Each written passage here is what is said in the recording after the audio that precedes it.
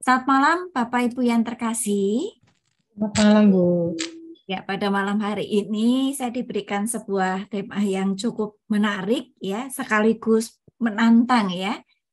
Bagaimana menghubungkan grid ini dengan telaah Alkitab ya, atau firman Tuhan. Nah, sebelum kita masuk nanti ke dalam telaah firman Tuhan, mungkin karena grid ini adalah satu hal yang baru, jadi mungkin saya perlu memperkenalkan sedikit grid ini apa, begitu ya.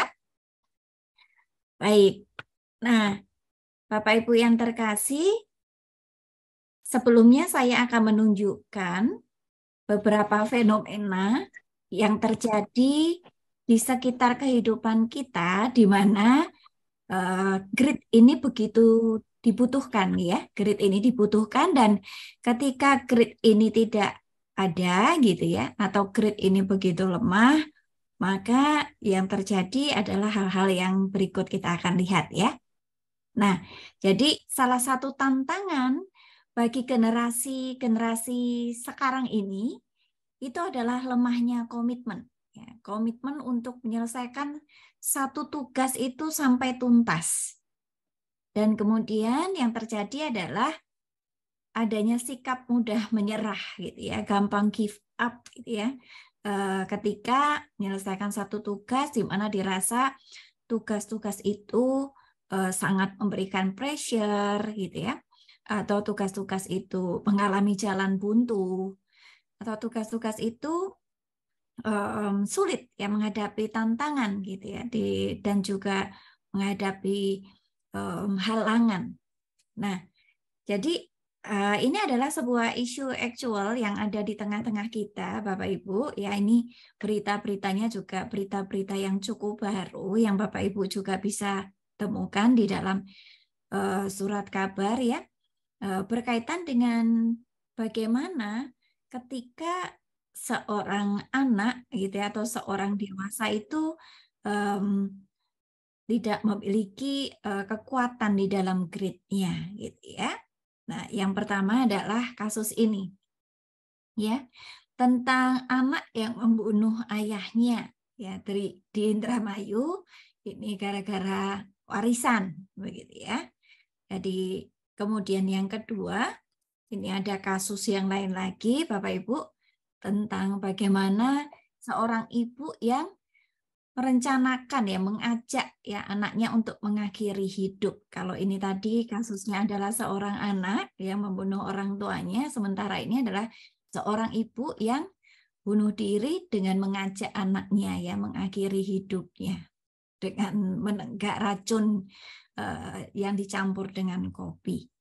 Nah, Bapak Ibu, dari dua hal yang ada ini sebetulnya apa yang mau disampaikan berkaitan dengan materi kita hari ini, yaitu bahwa pada zaman sekarang gitu ya, yang menjadi tantangan adalah bahwa generasi-generasi ini tidak lagi tahan dengan pressure gitu ya.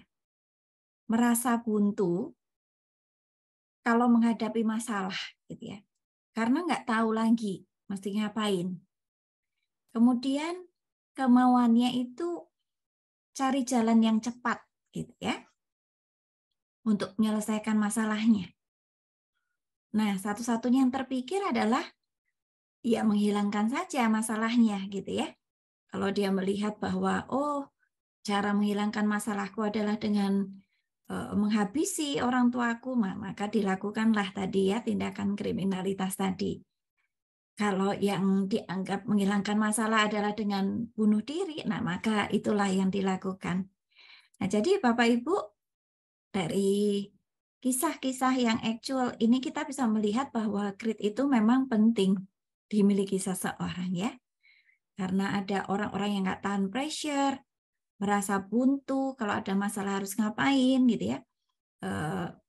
Pengennya cari jalan cepat, pengennya segera menghilangkan gitu ya apa yang dianggap sebagai masalahnya. Nah, oleh karena itu kita akan melihat apakah grit itu. Nah, grit ini Bapak Ibu, ya istilahnya itu pertama kali diperkenalkan oleh seorang profesor bernama Angela Duckworth ini ya, dari University of Pennsylvania. Nah, sebetulnya teori ini dia terbitkan menarik karena ini berasal dari kisah hidupnya. Jadi sebetulnya teori yang dia keluarkan, kemudian juga ada alat ukur yang dikeluarkannya ini adalah berdasarkan dari apa yang menjadi kisah hidupnya. Nah, dia itu adalah sosok yang tumbuh dewasa dan sering mendengar ya dari ayahnya gitu ya. Ayahnya itu sering kali mengungkit bahwa dan mengatakan bahwa dia itu tidak jenius begitu ya, dan itu sering sekali dikatakan oleh orang tuanya dimanapun, termasuk ketika mereka sedang makan di meja makan. Nah, kemudian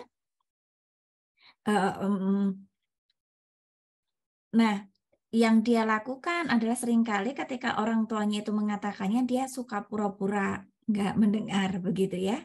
Nah, ketika dia semakin dewasa begitu ya, dia melihat bahwa memang ada kekhawatiran dari orang tuanya bahwa dia dan juga saudara-saudaranya itu nggak sebanding gitu ya kalau dibandingkan dengan Einstein.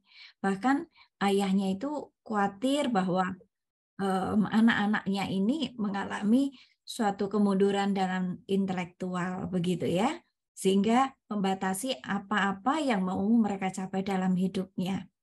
Nah, kemudian suatu saat ya ketika dia sudah dewasa, dia dianugerahi dari MacArthur Fellowship gitu ya, atau sebuah hibah ya, sebuah hibah jenius gitu ya.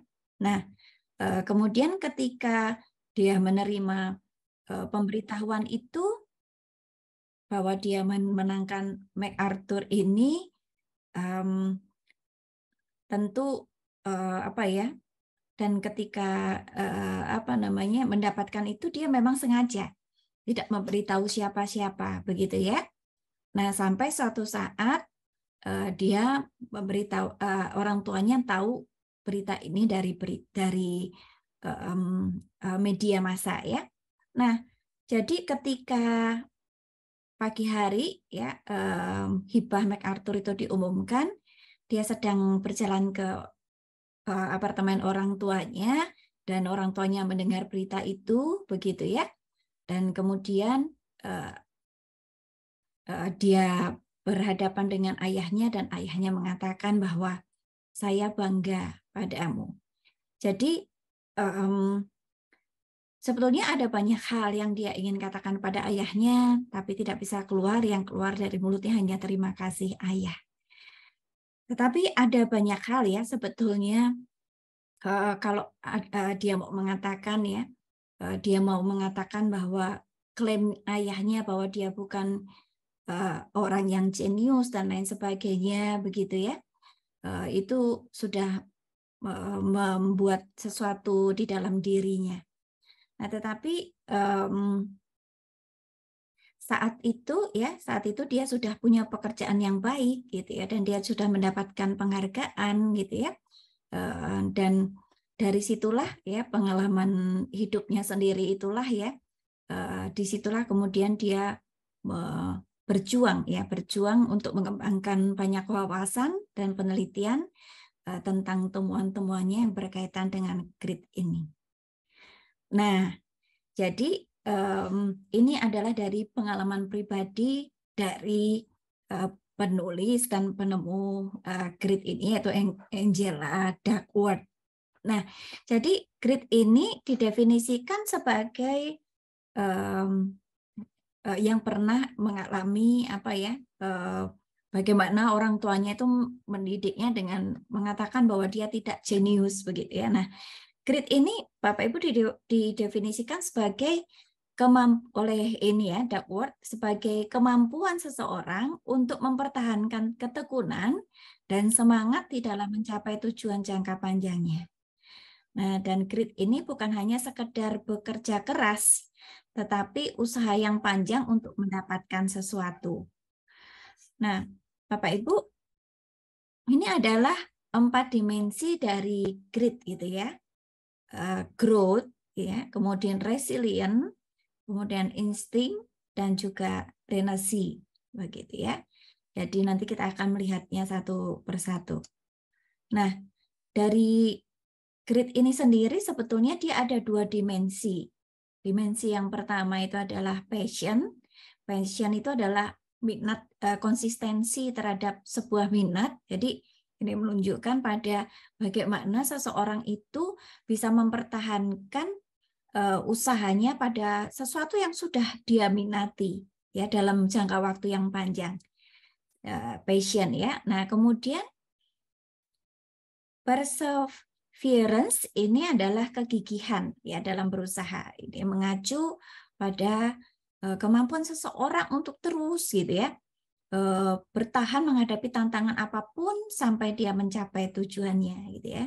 Jadi kalau dimensi passion itu adalah bagaimana seseorang itu mempertahankan usahanya minatnya ya pada sesuatu gitu ya dalam jangka waktu yang panjang.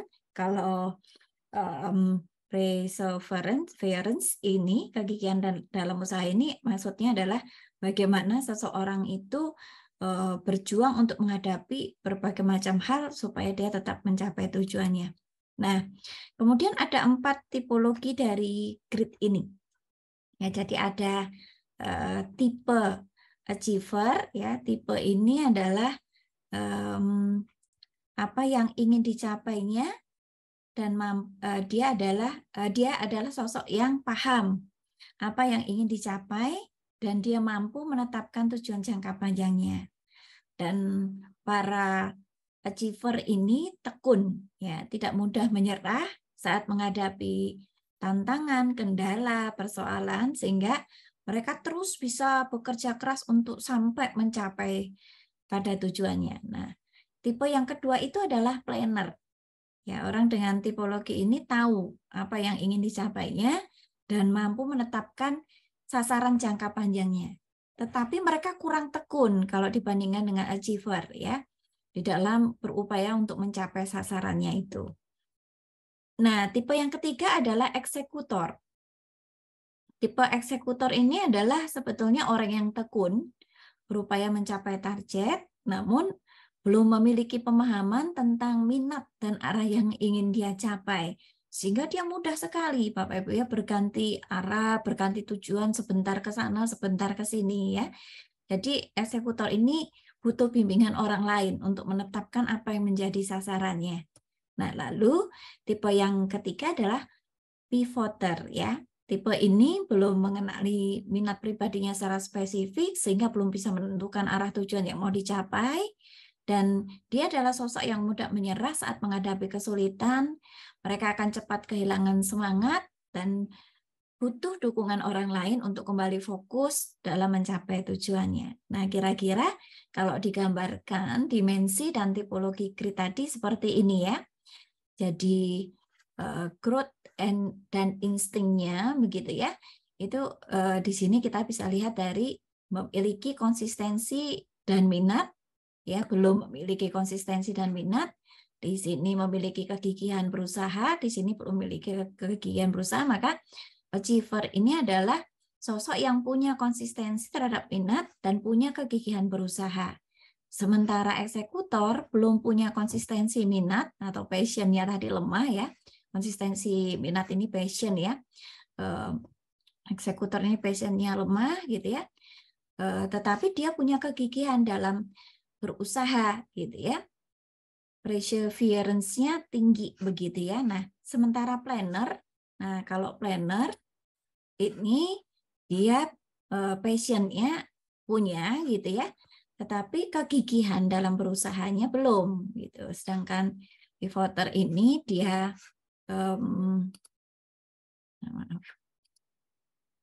pivoter ini dia belum punya konsistensi atau minat ya, passion-nya dia lemah, tetapi dan juga kegigihan berusahanya lemah, begitu ya. Nah, kira-kira demikian. Achiever, eksekutor, planner, dan pivoter yang adalah tipologi grit sementara ini dimensinya ya. passion, preference atau konsistensi pada minat dan kegigihan berusaha.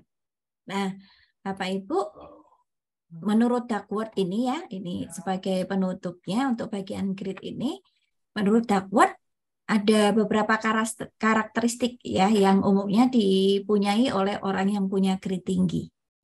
Ya. Nah, orang yang punya grit tinggi ini tekun ya dalam mengeksplorasi, dalam mengembangkan minatnya, dan mereka ini gigih berarti demi mengasah keahliannya. Nah, oleh sebab itu pada umumnya orang yang gritnya tinggi ini punya tujuan atau purpose yang jelas, sehingga mereka mampu memahami dan memaknai kerja keras mereka dalam menjalankan pekerjaan atau kegiatan lainnya. Mereka optimis dan punya grow mindset, ya, sehingga mereka mampu membangun harapan di saat sulit dan di saat mereka gagal sekalipun, begitu ya. Nah, mereka punya keyakinan bahwa mereka itu mampu menciptakan masa depan yang lebih baik bagi diri mereka sendiri. Nah, lalu fungsi dan manfaat grit ini apa? Yang pertama, grit ini akan membuat kita tahan banting, begitu ya.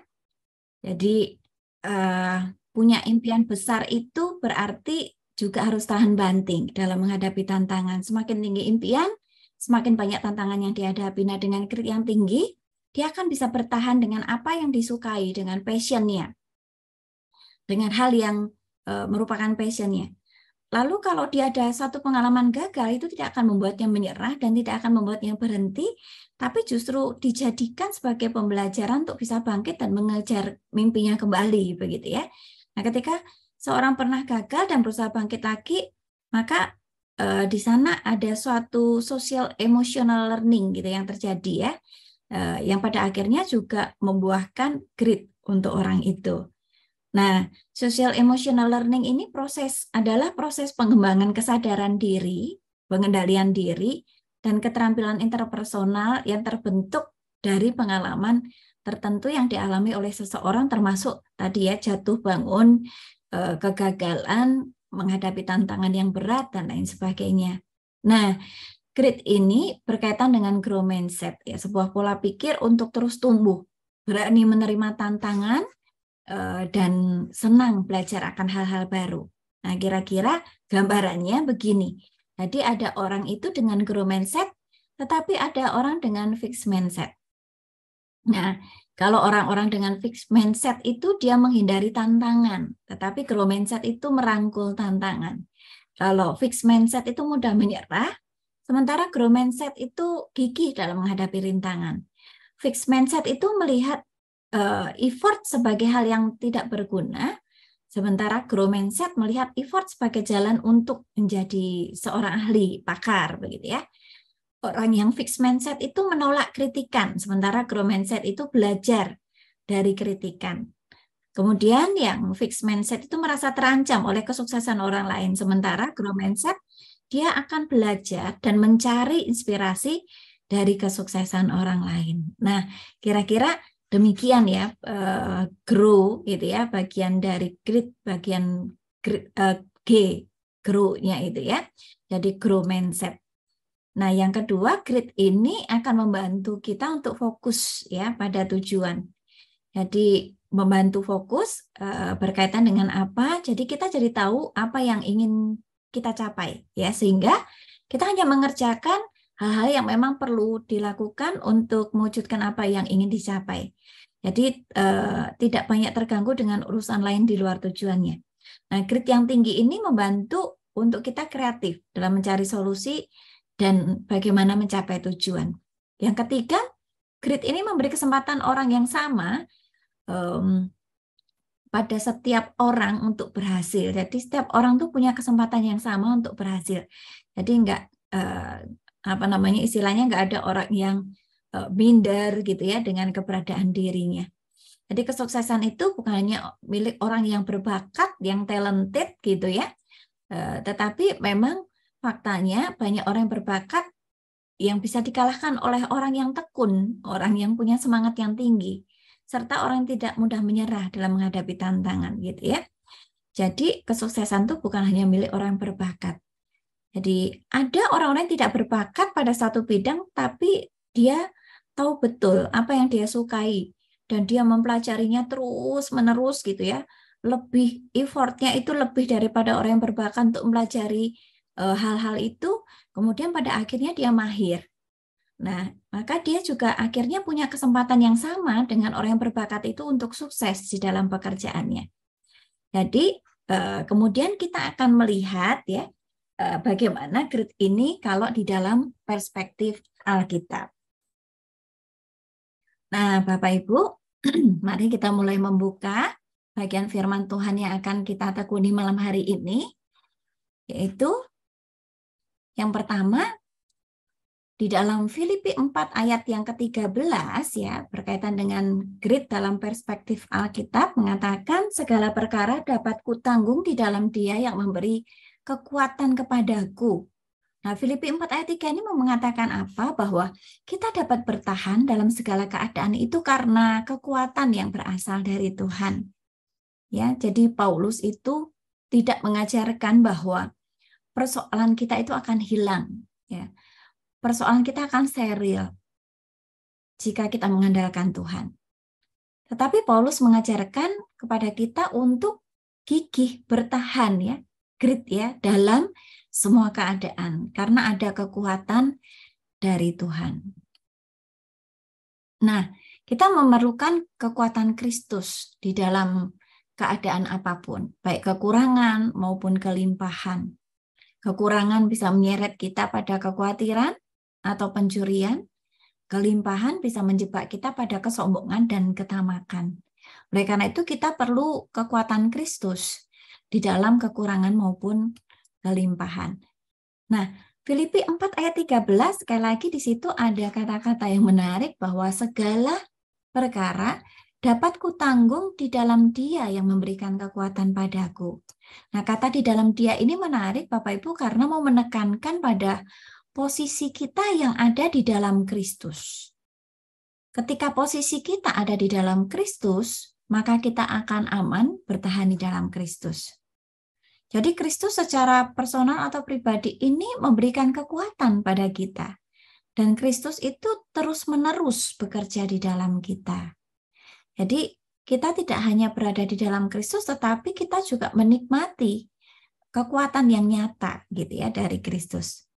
Kekuatan yang dalam arti sebuah kegigihan, daya juang ya, sebuah passion ya. Nah, jadi kita kekuatan untuk bertahan ya di dalam segala hal yang berasal dari Kristus.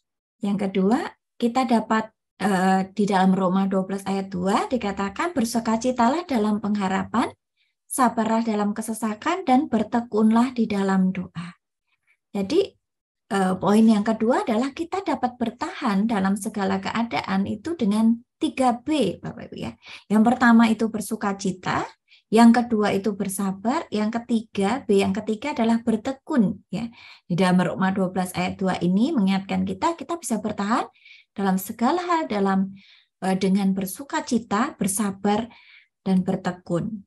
Bersukacita yang pertama ya di dalam pengharapan. Nah, Bapak Ibu, ada seorang yang menarik untuk kita bersama-sama simak kisahnya, yaitu Viktor E. Frankl ya. Dia adalah seorang Holocaust survivor. Jadi 3 tahun itu dia mengalami kekejaman, penghinaan, dan juga tindakan biadab yang diperlakukan terhadap dia. Kemudian dia tertular tifus, ya, dan akhirnya berhasil sembuh. Tetapi ketika akhirnya dia pulang ke Wina, dia menemui bahwa istri dan seluruh anggota keluarganya itu telah meninggal. Jadi semua ini yang dia alami itu adalah pukulan besar bagi dia ya, yang sudah menderita banyak, kemudian dia menerima kabar bahwa istri dan keluarganya sudah meninggal dunia.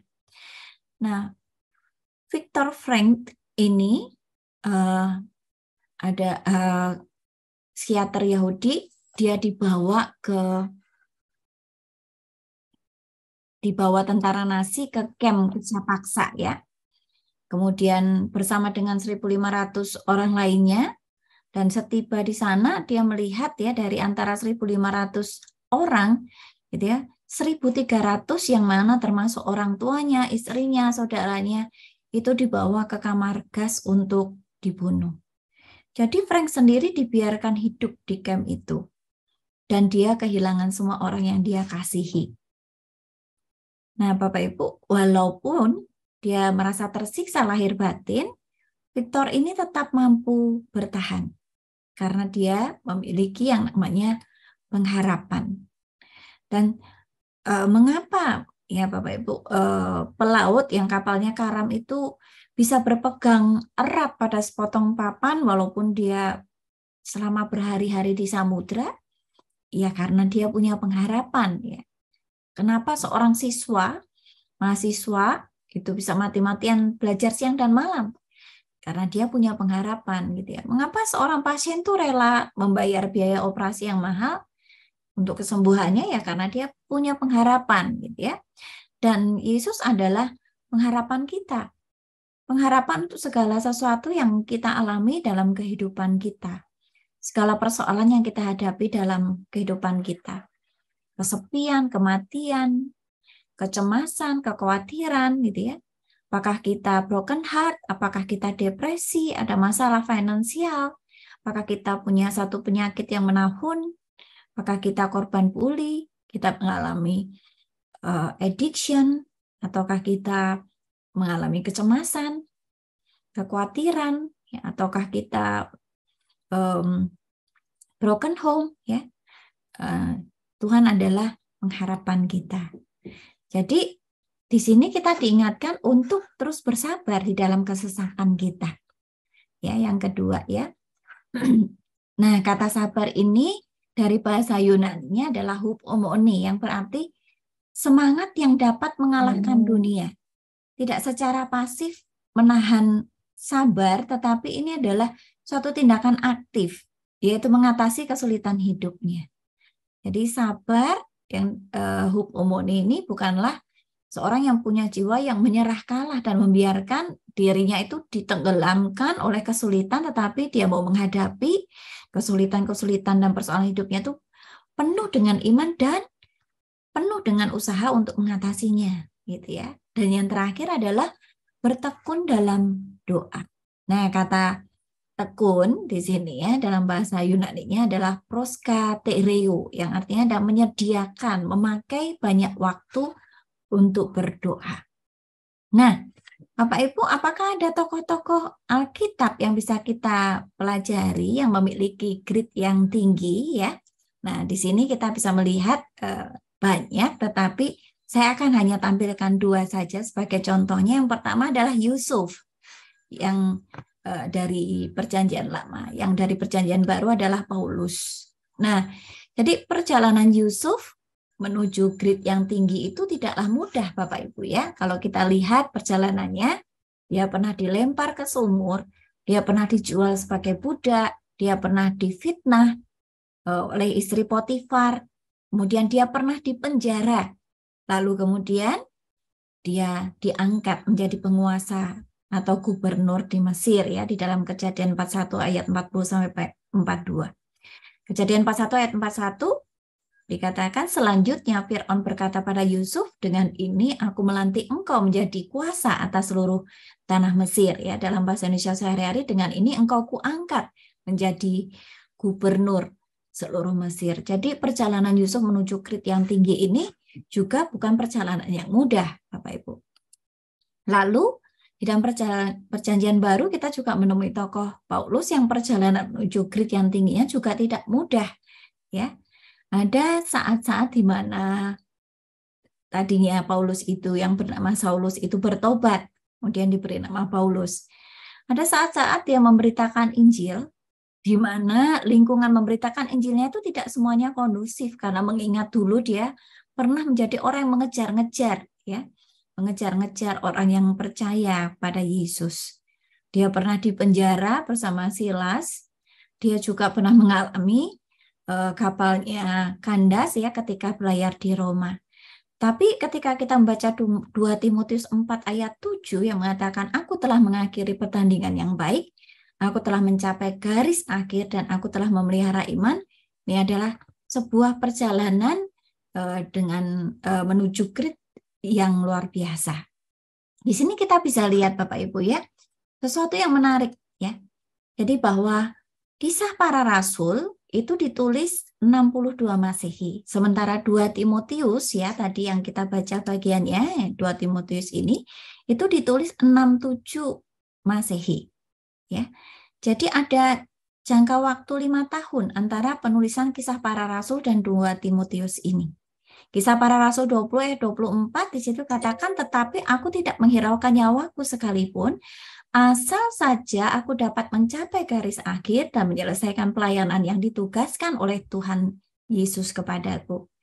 Lalu 5 tahun kemudian, di dalam 2 Timotius 4 ayat 7, dia mengatakan, aku telah mengakhiri pertandingan yang baik, aku telah mencapai garis akhir, dan aku telah memelihara iman. Jadi perjalanan seseorang itu mencapai grid yang tinggi itu memang juga bukan perjalanan kronologis yang ditentukan oleh waktu ya. Mungkin Paulus punya kurun waktunya sendiri gitu ya. Mungkin orang lain punya kurun waktunya sendiri. Nah di sini kita bisa melihat bahwa dalam kurun waktu 5 tahun pelayanan Paulus ini ada sesuatu yang luar biasa yang terjadi ya. Ada upaya dan usaha untuk menyelesaikan tugas, dan 5 tahun kemudian tugas itu bisa diakhirinya dengan baik. Nah, saya akan mengajak untuk Bapak Ibu kita sejenak menyaksikan sebuah film tentang bagaimana pada akhirnya Paulus ini mengakhiri ya pertandingannya dengan begitu baik.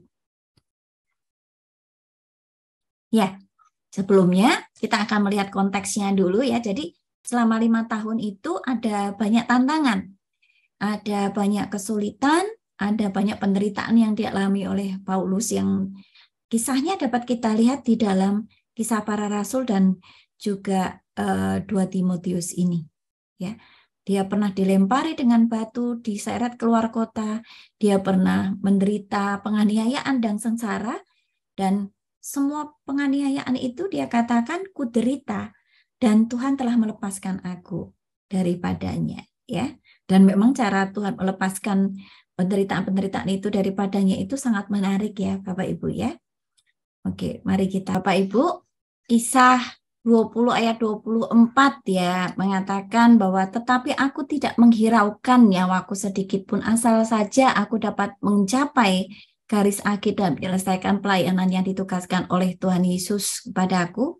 Dan di 2 Timotius 4 ayat 7 Paulus mengatakan, aku telah mengakhiri pertandingan yang baik.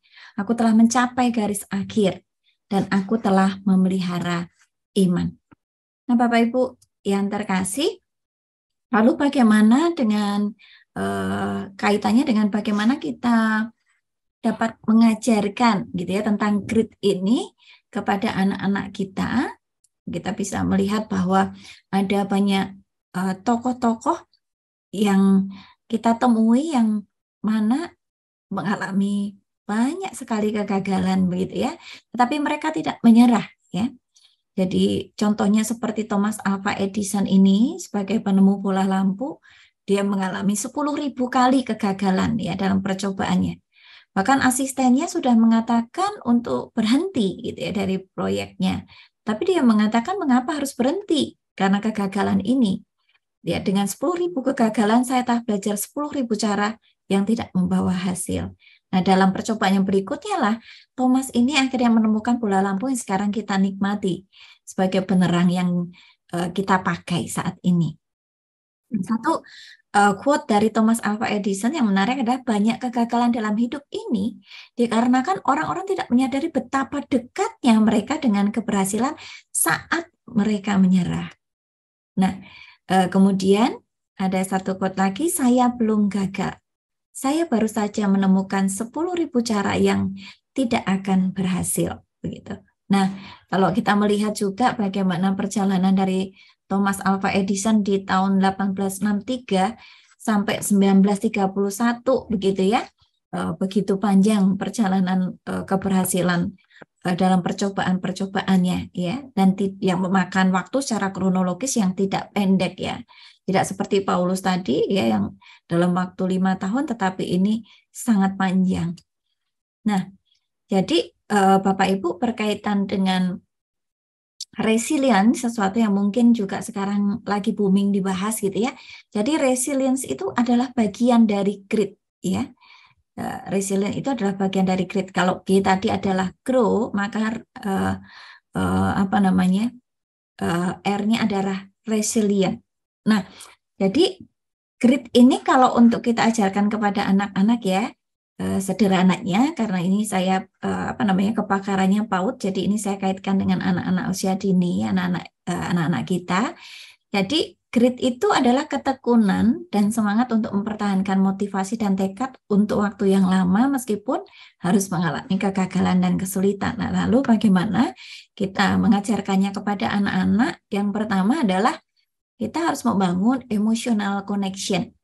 Ya, jadi ketika anak-anak kita itu sedang mengerjakan atau sedang melalui hal-hal yang sulit, gitu ya, maka sebagai orang tua yang harus kita lakukan adalah memberikan semangat atau hiburan, sehingga secara emosional mereka akan mendapatkan kekuatan atau energi tambahan. Nah, yang kedua, ketika anak-anak ini sedang menghadapi sesuatu dalam kehidupannya, maka kita harus memberi mereka pilihan.